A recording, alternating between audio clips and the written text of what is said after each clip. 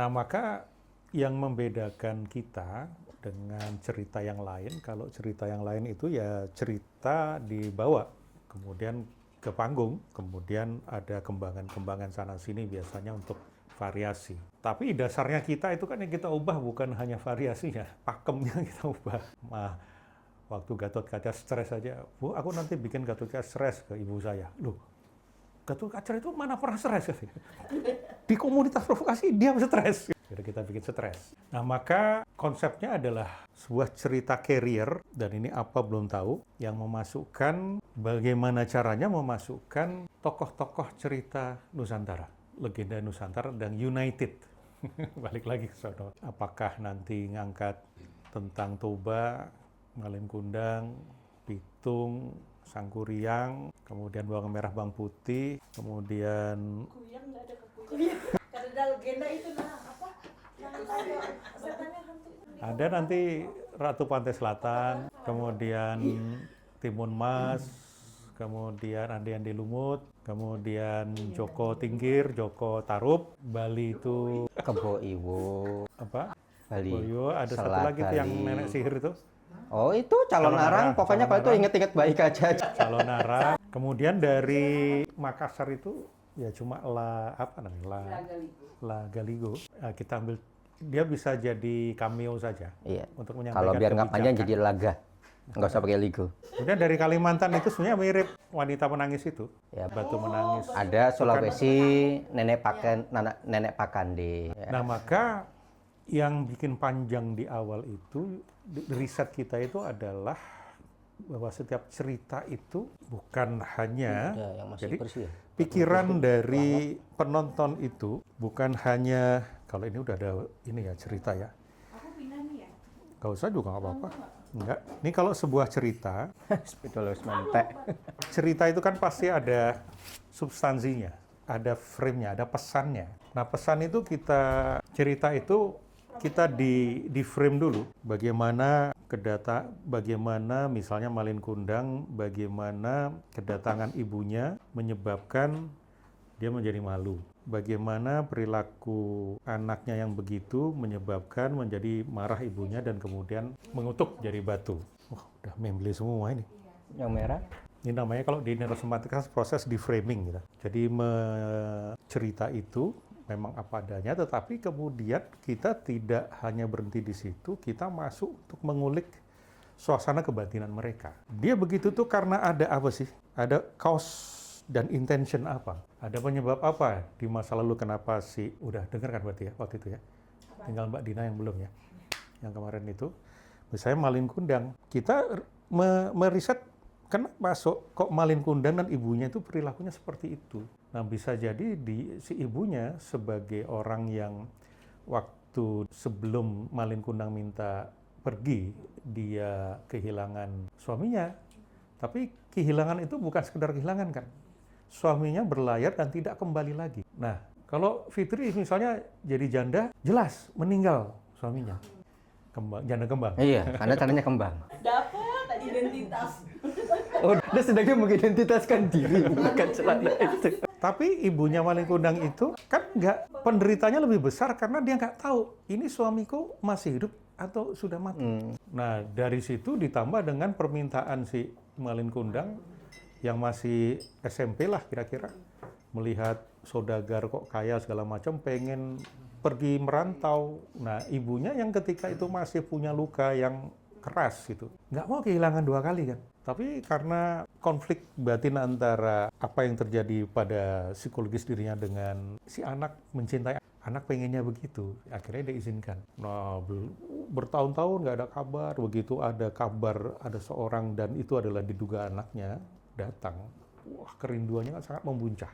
Pasti ekspektasinya sangat tinggi, ketemu sama anaknya bisa berpelukan segala macam. Apa yang terjadi adalah yang ditemui perilaku anaknya yang tidak sesuai dengan ekspektasinya. Itulah sumber kemarahannya kan. Sebaliknya, Malin Kundang yang juga dengan identitas yatim bukan, kalau Umar jelas gitu. Tapi kalau Malin Kundang itu nggak jelas itu. Tapi nggak punya ayah, tapi nggak jelas ayahnya itu sudah meninggal atau tidak. Dan ketika dia sukses kemudian membawa istrinya, di situ kan ada perang antara identitas lama dengan identitas baru. Wah itu kita kulik sedemikian rupa dalam narasi-narasi yang menyebabkan orang, oh iya ya kok nggak kepikir ya. Penonton tuh mikir, kok nggak kepikir ya seperti itu. Itu manusiawi sekali. Nah, sampai kemudian akhirnya frame yang kini itu lebih tinggi daripada identitas asal dulu. Akhirnya dia berpura-pura untuk tidak mengenal ibunya karena khawatir istrinya itu kemudian malu dan meninggalkan dirinya. Jadi pertentangan batinnya di situ kita tampakkan bukan tentang benar salah justru. Semuanya tampak benar. Sementara istrinya sendiri kita nggak pernah tahu. Nah, ini kita simpan. Jadi ada pre-framing namanya. Jadi penonton memahami apa sebab peristiwa dan apa tujuan baiknya. Karena masing-masing ibu, anak itu punya tujuan baik. Untuk mengatakan, kamu bukan ibuku, itu kan punya tujuan baik. Supaya istrinya tidak marah. Semua itu. Jadi penonton juga diajarkan, ini bukan tentang hitam putih. Bukan sekedar waktu SD kita diajarkan. Maka dari itu anak-anak, hormatilah ibumu, jangan durhaka. Bukan hanya sekedar itu toh. Nah, kemudian di sini terjadi perang batin. Ada frames, counter frames, reframes, out frames, yang akhirnya pada saat itu keputusan terbaik dia adalah menolak pengakuan ibunya dan ibunya marah mengutuk jadi batu. Nah, ternyata as if, seandainya. Jadi maling kundang yang membatu, ini metafora dari batin yang membatu, hatinya yang membatu. Kemudian dalam kebatuannya itu dia berpikir, itu tadi ada reframing, counter frame, out frame. Tapi kan dia tidak diberikan kesempatan oleh pembuat cerita. Dia hanya berhenti sampai di batu. Kan? Lalu seandainya.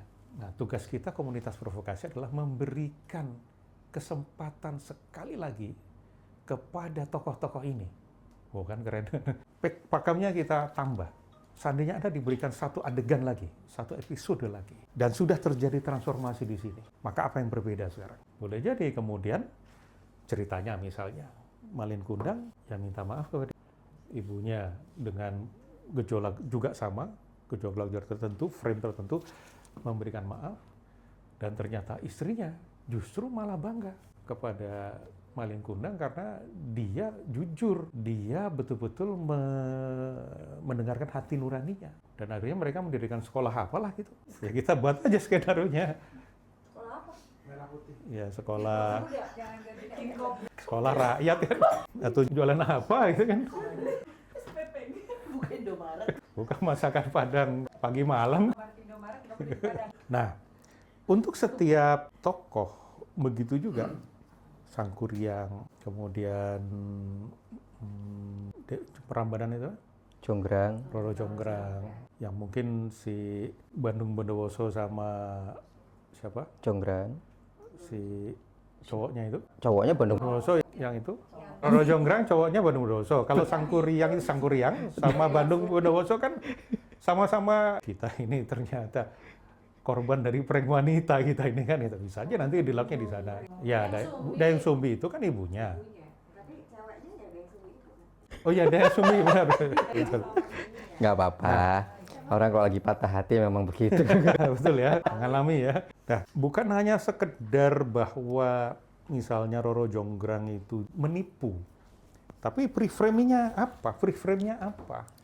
Bagaimana mungkin dia bisa menerima orang yang membunuh ayahnya menjadi suaminya? Wah, itu kan luka sekali. Nah, itu yang kemudian kita angkat di sana. Sehingga audiens itu merasakan betul bahwa menonton ini bukan sekedar dongeng, tapi cermin apa-apa yang dalam dirinya, luka-luka dalam dirinya. Luka ini aku nggak terlalu suka sebenarnya kata-kata luka ini. Cuma karena lagi nge-pop aja gitu. Jadi trauma itu, luka itu sebenarnya trauma dalam dirinya.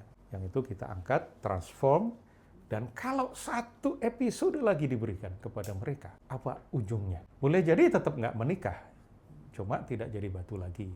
Cuma atau apalagi lah gitu. Ini keberanian kita untuk pakem. Malin Kundang batu, Roro Jonggrang batu, menikahlah sesama batu. Itu akhirnya. Ternyata ayam yang berkokok diambil sama Cindeleras. Jadi ayamnya, iya. Begitu ke laut, ada yuyu kangkang.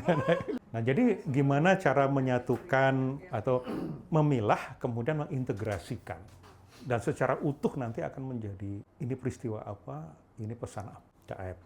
Baik. Nek saya Di sini, Mas. mempertimbangkan. Sekretaris saya piye iki? Nyatet apa ora? Nah ini Simbo insya Allah rajin nyatet. Buka lek Sisi sekretarisnya. catat tak buka catatanku rek. Nek saya mempertimbangkan pemaparan Mbak Ikaca terkait merah hitam putih tadi itu slide yang di depan. Kemudian kalau alhamdulillahnya kan sekarang pagelaran itu lagi hype ya. Setahun ini aja banyak banget pagelaran.